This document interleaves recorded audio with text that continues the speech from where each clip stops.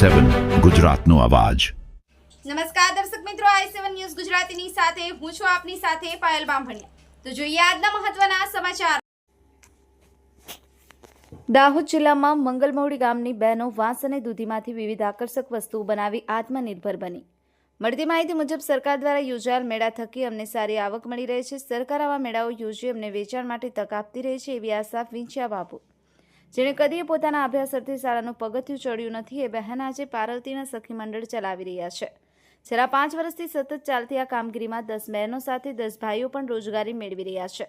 આ મંડળના પ્રમુખ સાથે વાત કરતા એમણે જણાવ્યું કે હું ભણેલી નથી, પણ મારે આવક વધારવા કંઈક કરવું અને શીખવું હતું।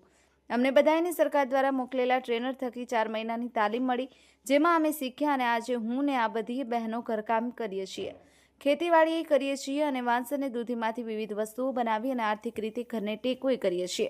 ટોપલીઓ, pen stand, mobile stand, hair stick, પાણીની બોટલ, ગિલ્લોલ, લેમ્પ, કપ, વારલી પેઇન્ટિંગ, પક્ષીઓ માટેના માળાઓ, સુશોભન માટે તોરણો, લટકણિયા, તીર, કામઠું અને રમકડા જેવી વસ્તુઓ વિવિધ આકારમાં બનાવવામાં આવે છે।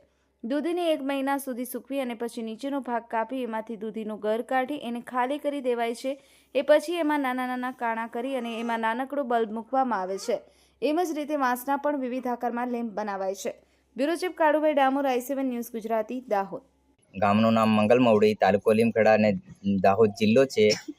અને દાહોદ જિલ્લાની અંદર આ મંગલમોવડી ગામમાં મા પાર્વતી WSCG મંડળ ચાલે છે। તેમાં બહેનો અને ભાઈઓ વાંસમાંથી વિવિધ વસ્તુઓ બનાવે છે। તેમાં દૂધીમાંથી લેમ્પ, નાના તીર કમાન, મોટા તીર કમાન, પેન સ્ટેન્ડ, પછી લેમ્પ વગેરે વગેરે વસ્તુઓ બનાવે છે।